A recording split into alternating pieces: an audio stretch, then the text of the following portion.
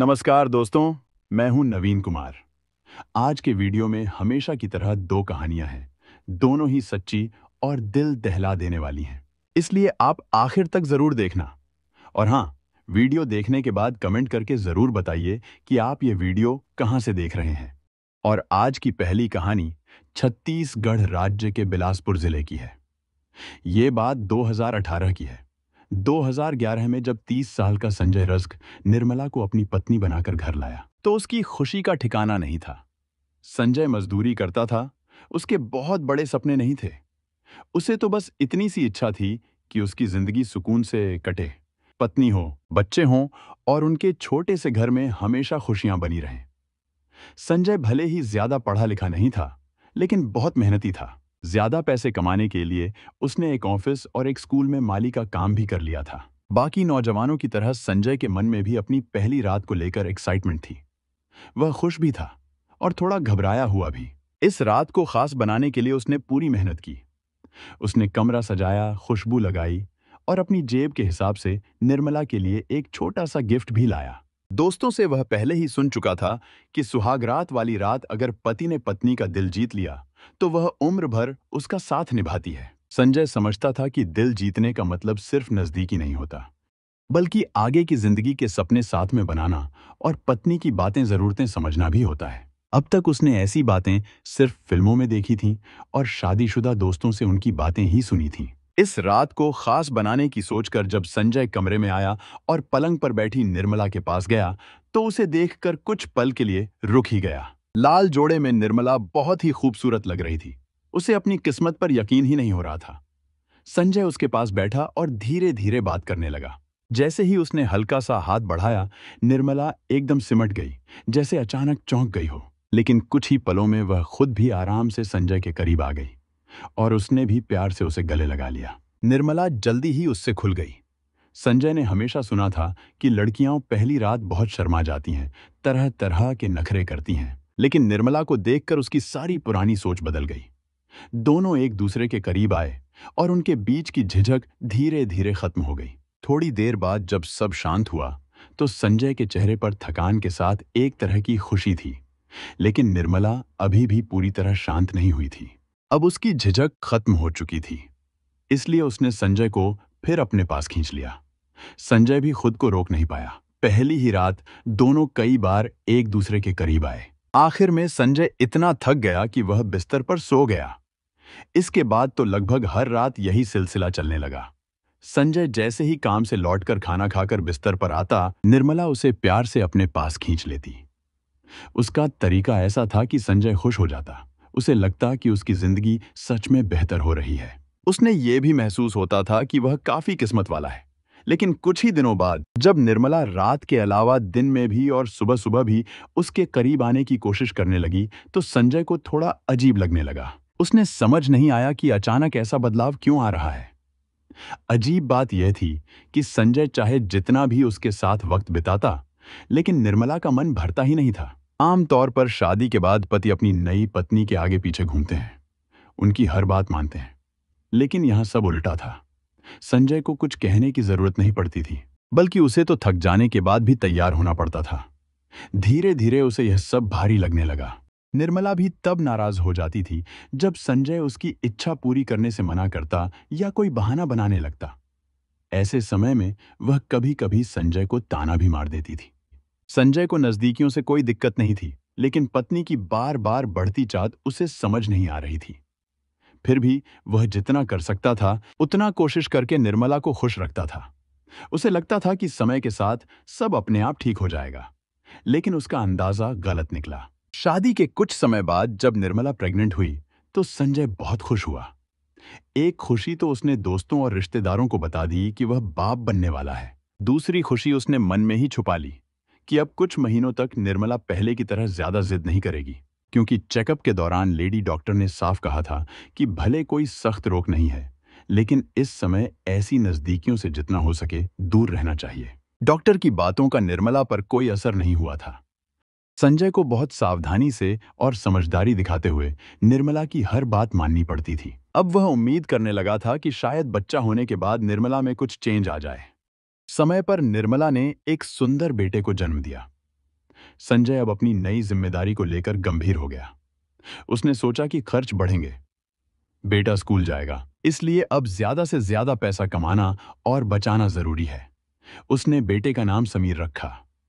मां बनने के बाद भी निर्मला की आदतें बदली नहीं थीं। उसकी मांगें पहले से और बढ़ गई थीं। संजय में अब पहले जैसी ताकत और जोश नहीं रहा, इसलिए कभी कभी वह साफ मना कर देता था।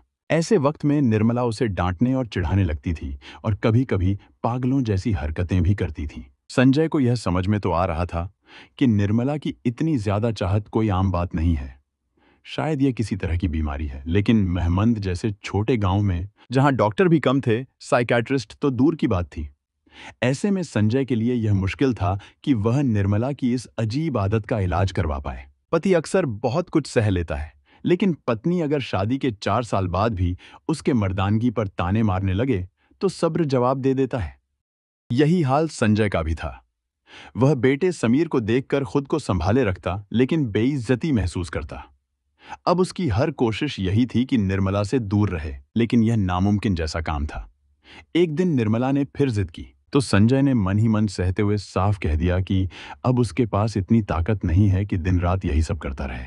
इस बार निर्मला ने उसे चौंकाते हुए सलाह दी कि वह अपनी ताकत बढ़ाने वाली दवा ले, ताकि वह नजदीकियों में बेहतर बने। संजय अभी हक्का बक्का ही था कि पहले ही निर्मला ने पागलों जैसी जिद पकड़ ली कि यह दवा लो, इसमें क्या नुकसान है। हर बार की तरह इस बार भी संजय को पत्नी की जिद के आगे मानना पड़ा और शहर से वह दवा लाया और खाने लगा।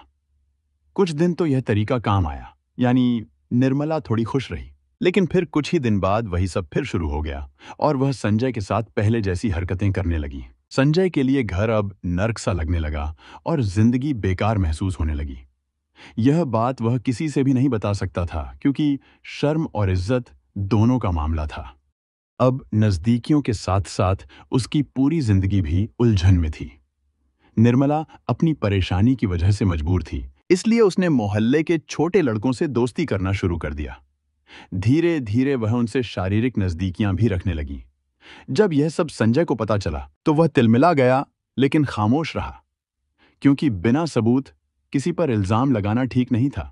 एक दिन निर्मला ने बड़े प्यार से संजय से कहा कि उसे भी कहीं नौकरी लगवा दो, ताकि घर की आमदनी बढ़े। संजय ने सोचा कि अगर निर्मला काम करेगी तो वह व्यस्त रहेगी और शायद उसकी आदतों में भी सुधार आ जाएगा। इसी सोच के साथ उसने निर्मला की नौकरी उसी स्कूल में लगवा दी जहां वह माली का काम करता था। स्कूल में काम करने की निर्मला की असली इरादा जल्दी ही सबको पता चल गई। उसने वहां के छोटे चपरासी से लेकर बस ड्राइवर और कंडक्टर तक के साथ नजदीकियां बढ़ा लीं। ऐसे काम ज्यादा देर तक छुपते नहीं हैं। इससे संजय की ही बदनामी हो रही थी, लेकिन वह कुछ नहीं कर सकता था। एक दिन हद ही हो गई। संजय ने अपने ही घर में निर्मला को एक लड़के के साथ मस्ती करते देखा। दोनों में जोर का झगड़ा हुआ। गुस्से में निर्मला थाने चली गई और पति के खिलाफ मारपीट की शिकायत कर दी। पुलिस ने दोनों को समझाकर वापस भेज दिया। गुस्साई निर्मला मायके चली गई। 1.5 साल तक मायके में रहने के बाद वह वापस तो आ गई, लेकिन उसके तौर तरीके बिल्कुल नहीं बदले थे। संजय तो उसे शायद दोबारा घर न लाता, लेकिन बेटे की वजह से मजबूर था। घर लौटते ही निर्मला फिर वही करने लगी। कभी किसी को, कभी किसी और को घर में बुला लेती। संजय जब टोकता तो वह जरा भी शर्म नहीं करती थी। उल्टा उससे ही कहती, जब तुम मेरी जरूरतें पूरी नहीं कर पाते तो मेरे लिए किसी लड़के का इंतजाम कर दो, और नहीं कर सकते तो चुपचाप अपनी आंख कान बंद रखो। संजय यह सब सुनकर भीतर ही भीतर टूट जाता था। 16 फरवरी 2018 की शाम जब संजय सब्जी लेकर घर लौटा तो वह देखकर शर्म से पानी पानी हो गया। उसने देखा कि निर्मला एक छोटे लड़के के साथ नजदीकियों में लगी थी। गुस्से में संजय ने उसे डांटा, लेकिन निर्मला बिना किसी शर्म के वही करती रही। संजय रोज रोज पत्नी की इन हरकतों से अंदर ही अंदर तिल तिल कर मर रहा था और अब उसकी बदनामी भी होने लगी थी। किसी भी पति के लिए यह बहुत ही टूटने वाली बात थी। इसी रात जब संजय सोने गया तो निर्मला उसके पास आ गई और फिर से पास आने के लिए उकसाने लगी। मना करने का नतीजा और उसकी बेशर्मी संजय अच्छी तरह जानता था। इस बार उसने सोचा कि यह औरत कभी शांत नहीं होगी, तो क्यों न इसे हमेशा के लिए रोका जाए। संजय ने कमरे में रखा लोहे का डंबल उठाया और निर्मला के सिर पर मार दिया। कुछ ही वार में उसकी मौत हो गई। पत्नी की लाश के पास बैठकर संजय बहुत कुछ सोचता रहा और फिर घबरा गया। उसे ऐसा लग रहा था जैसे फांसी का फंदा उसकी अपनी गर्दन पर लटक रहा हो। कुछ देर सोचने के बाद उसने भाग जाने का फैसला किया। रसोई में जाकर संजय ने निर्मला की कब्र खोदना शुरू कर दी। लगभग 1 घंटे में उसने 2 फीट गहरा गड्ढा खोद लिया। फिर लाश को उसमें डालकर ऊपर से ईंटें रख दी। घर के बाहर सूरज की रोशनी देखकर संजय को एक झटका और लगा। उसने अपने गहरी नींद सोए बेटे को देखा। उसके मन में डर और घबराहट फैल गई। उसने सोचा, इस मासूम का क्या कसूर है कि वह माँ बाप की गलती की सजा भुगते। यह सोचते ही संजय ने थाने जाकर सरेंडर करने का फैसला कर लिया। उसने बेटे को गोद में उठाया और नजदीकी तोरबा थाने की तरफ चल पड़ा। खबर अब तक गांव वालों तक भी पहुंच चुकी थी, इसलिए कई लोग उसके पीछे पीछे थाने की ओर बढ़ गए। असल में उसके किए की खबर पहले ही थाने तक पहुंच चुकी थी। ऐसा हुआ कि स्कूल के एक शिक्षक आकाश उपाध्याय ने संजय को फोन किया और कहा था कि निर्मला को काम पर जल्दी भेजो। संजय ने बेहद ठंडी आवाज में आकाश उपाध्याय को बता दिया कि उसने निर्मला की हत्या कर दी है और अब वह सरेंडर करने थाने जा रहा है। इस पर आकाश ने तुरंत थाना प्रभारी परिवेश तिवारी को खबर दे दी। पुलिस अब भी संजय को पकड़ने ही वाली थी कि संजय थाने पहुंच गया। उसका बेटा समीर उसकी गोद में था। पुलिस पूछताछ में संजय की पूरी कहानी सामने आई। कुछ लोग उसे इतना भी गलत नहीं मान रहे थे, लेकिन गुनाह तो उसने किया था और इसके लिए सजा मिलना तय था। पुलिस टीम के साथ घर जाकर संजय ने निर्मला की लाश और हत्या में इस्तेमाल डंबल बरामद करवा दिया। फिर वह खामोशी से हवालात में बैठ गया, अपने बेटे समीर को सीने से लगाए हुए। जिसे भी यह देखा वह हैरान रह गया कि ऐसा भी हो सकता है। जब निर्मला के माँ बाप समीर को लेने आए तो संजय ने साफ इनकार कर दिया। उसका कहना था कि निर्मला के माँ बाप को सब कुछ पता था, फिर भी वे बेटी के साथ खड़े थे। इसलिए अदालत के आदेश पर पुलिस ने समीर को बालगृह भेज दिया। संजय के लिए कोई सही विकल्प ही नहीं था। अगर वह पत्नी को छोड़ देता तो बदनामी होती, और अगर छोड़ता नहीं तो निर्मला अपनी बीमारी छुपाने के लिए झूठी रिपोर्ट पुलिस में लिखाती रहती। अगर संजय तलाक के लिए अदालत जाता तब भी परेशान रहता। यह बीमारी अदालत में साबित करना आसान काम नहीं था, और जिन लोगों के साथ निर्मला ने संबंध बनाए थे वे तो गवाही देने आते ही नहीं। इसके अलावा हर हालत में उसे पत्नी को गुजारा भत्ता देना ही पड़ता। निर्मला जहां भी रहती वहीं किसी न किसी मर्द से संबंध बनाने से नहीं चूकती। ऐसे परेशान पतियों की मदद कोई नहीं करता। हालांकि खुद संजय ने भी इस मुसीबत से छुटकारा पाने की कोई खास कोशिश नहीं की थी। यही बेबसी उसे मजबूर कर गई कि उसने अपनी कामुक पत्नी की हत्या कर दी। थाने में पुलिस वालों से बात करके उसे पता चला कि निर्मला वाकई निम्फोमेनिया नाम की बीमारी की मरीज थी। यह बीमारी 1 लाख महिलाओं में से किसी एक को होती है और इसका इलाज केवल किसी विशेषज्ञ डॉक्टर की देखरेख में ही संभव है। संजय के लिए यह सब उसके वश की बात नहीं थी, और जो हुआ वह उसने कर दिया। इस बारे में उसे कोई शर्म या पछतावा नहीं था। उसकी इकलौती चिंता अब अपने बेटे समीर और उसके भविष्य की है। और आज की दूसरी कहानी महाराष्ट्र के पुणे की है। ये बात 2025 की है। पुणे में एक इलाका है शिवने। उसी शिवने में रजिस्टर ऑफिस के पास श्री स्वामी संकुल अपार्टमेंट है। इस अपार्टमेंट के फ्लैट में समीर जाधव का परिवार रहता था। 2017 में समीर और अंजलि की शादी हुई थी। उनके 2 बच्चे हैं जो तीसरी और 5वीं कक्षा में पढ़ते हैं। अंजलि टीचर थीं, जबकि समीर ने ऑटोमोबाइल में डिप्लोमा किया है और उसका एक गैरेज है। दोनों कमाते थे, पैसे की कोई कमी नहीं थी और उनकी जिंदगी ठीक दिखती थी। लेकिन जैसा कहते हैं, खुशियों के बीच भी मुश्किलें अचानक सामने आ जाती हैं। 26 अक्टूबर 2025 को अंजलि घर से निकली और वापस लौटी ही नहीं। 2 दिन बाद 28 अक्टूबर 2025 को समीर सीधे वारजे मालवाड़ी पुलिस स्टेशन पहुंचा। वहां उसने पुलिस को बताया कि उसकी पत्नी अंजलि लापता है और घर नहीं लौट रही। यह सुनकर वरिष्ठ पुलिस निरीक्षक विश्वजीत कांगड़े ने तुरंत स्टाफ को बुलाया और अंजलि की मिसिंग रिपोर्ट दर्ज करने का आदेश दिया। समीर ने पुलिस को यह भी बताया था कि अंजलि का किसी दूसरे आदमी के साथ अफेयर चल रहा है। उसने कहा कि उसने अंजलि के मोबाइल पर आई लव यू का मैसेज भी देखा था। मिसिंग रिपोर्ट दर्ज होने के बाद पुलिस ने तुरंत जांच शुरू कर दी। जिस इलाके से अंजलि गायब हुई थी वहीं के सीसीटीवी फुटेज निकाले गए। सीसीटीवी फुटेज में दोनों समीर और अंजलि एक साथ दिखाई दे रहे थे। बस यहीं से पुलिस को समीर पर शक होने लगा। अंजलि की आखिरी लोकेशन भी समीर के साथ ही मिली, जिससे मामला और भी संदिग्ध लगने लगा। इसके बाद पुलिस ने समीर की हर बात को बारीकी से परखना शुरू किया। सबसे पहले उसकी मिसिंग रिपोर्ट में बताए गए टाइम, जगह और घटनाओं की टाइमलाइन मैच करवाई गई, लेकिन समीर द्वारा बताई गई कई बातें सीसीटीवी और मोबाइल लोकेशन से मेल नहीं खा रही थीं। पुलिस को 26 अक्टूबर के लिए समीर और अंजलि दोनों के मोबाइल नंबर की लोकेशन डिटेल्स मिल गईं। डेटा से पता चला कि अंजलि का मोबाइल फोन अचानक एक सुनसान इलाके में बंद हो गया था, जबकि समीर का मोबाइल फोन उसी समय और उसी लोकेशन पर एक्टिव था। यह पहली बड़ी गड़बड़ी थी। पिछले 1 महीने के कॉल डिटेल रिकॉर्ड खंगाले गए। समीर ने दावा किया था कि उसकी पत्नी का किसी से अफेयर था, लेकिन कॉल रिकॉर्ड में ऐसा कुछ नहीं मिला। उल्टा, जांच में सामने आया कि अंजलि अपने परिवार और स्कूल के अलावा किसी से खास बात नहीं करती थी। इससे पुलिस का शक और गहरा हो गया। जांच टीम ने अंजलि के घर से लेकर आखिरी लोकेशन तक पूरे रूट के 17 से ज्यादा सीसीटीवी खंगाले। फुटेज में देखा गया कि समीर और अंजलि साथ तो निकले, लेकिन आगे एक जगह समीर अकेला लौटता दिखा। अंजलि कहाँ गई, यह किसी फुटेज में नजर नहीं आया, जिससे शक और पक्का हो गया।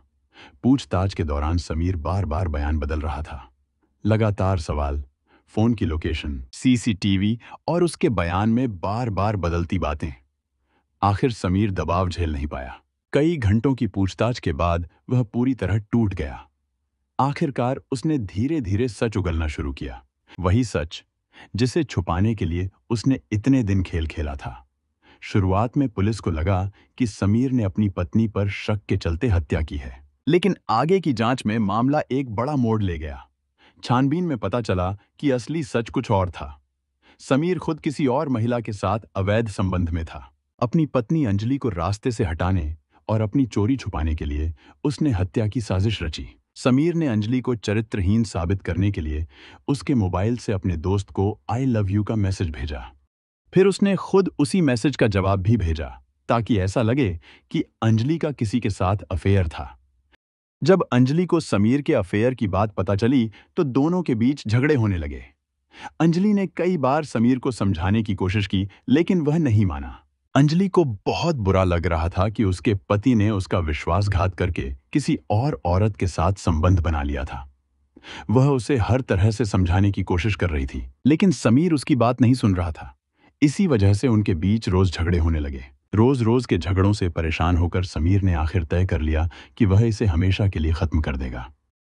उसने ध्यान से एक योजना बना ली। उसे अंजलि को मारना था, लेकिन वह चाहता था कि उस पर आरोप न लगे। इसलिए उसने सब कुछ बहुत चालाक तरीके से प्लान किया। इस प्लान को पूरा करने के लिए दृश्यम 2 मूवी को 4 बार देखा और उसी अंदाज में अपराध को अंजाम देने का इरादा किया। समीर ने शिंदेवाड़ी के पास सूरज इंडस्ट्रीज के पास एक गोदाम नीलेश काका से किराए पर लिया था। यही वह जगह थी जहां अगला पूरा सीन होने वाला था। उसने सारी तैयारी कर ली थी। 26 अक्टूबर 2025 को उसने अंजलि को कहा कि चलो बाहर घूमने चलते हैं, और यह भी बताया कि उसने नया गोदाम किराए पर लिया है। गोदाम देखने के लिए अंजलि तैयार हो गई। लगभग 1:30 बजे के आसपास वह उसे लेकर घर से बाहर निकला। दोनों लोग हुंडई i10 कार से घर से निकले। नांदेड़ सिटी नवले ब्रिज से होते हुए मुंबई बेंगलुरु हाईवे पर चढ़ ले। सबसे पहले वे घूमने के लिए खेड़ शिवापुर के पास मरियाई घाट में गए। वहां दोनों कुछ देर बैठे, बातचीत की और थोड़ी देर घूमे भी। इसके बाद लगभग शाम के 5 बजे के आसपास वह वापस लौटते हुए सभींस रोड पर स्थित ब्राउनस्टोन एयरडाइन रेस्टोरेंट पर वॉशरूम के लिए रुके। वहां से आगे बढ़कर उन्होंने गोगलवाड़ी फाटा शिंदेवाड़ी के एक होटल से भेल खरीदी।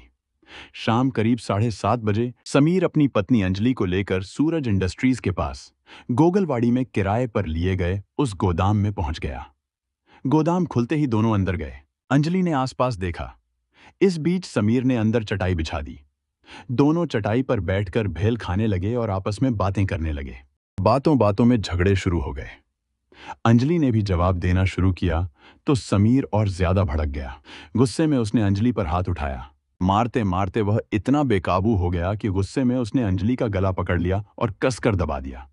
कुछ ही पलों में अंजलि की सांस रुक गई। वह बेहोश होकर गिर पड़ी और वहीं खत्म हो गई। समीर थोड़ा दूर हटकर खड़ा रहा। अब उसके दिमाग में सिर्फ एक ही बात चल रही थी, इस हत्या का पता किसी को नहीं चलना चाहिए। और इसी डर से वह आगे की तैयारी में लग गया। समीर ने अंजलि के शव को उठाया और उसे लोहे के बड़े बॉक्स जैसी भट्टी में रख दिया। थोड़ी देर बाद उसने भट्टी जला दी। उस भट्टी में उसने अपनी पत्नी के शव को पूरी तरह जला दिया। इसके बाद उसने वह लोहे का बॉक्स भी जला दिया। फिर जो राख और हड्डियों के टुकड़े बचे थे, उन्हें पास की नदी में फेंक दिया ताकि कोई सबूत न बचे। अब उसके खिलाफ कोई निशानी नहीं रही थी। सब कुछ खत्म करके वह आराम से वहां से बाहर निकल गया।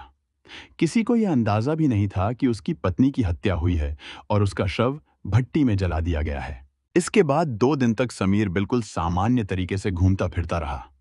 उसने ऐसा दिखाया जैसे उसे कुछ पता ही नहीं है। उसने सबको यह मानने पर मजबूर किया कि उसकी पत्नी घर से चली गई और वापस नहीं आई, ताकि किसी को उस पर शक न हो। 28 अक्टूबर 2025 को वह वारजे मालवाड़ी पुलिस स्टेशन गया और पुलिस में शिकायत कर दी।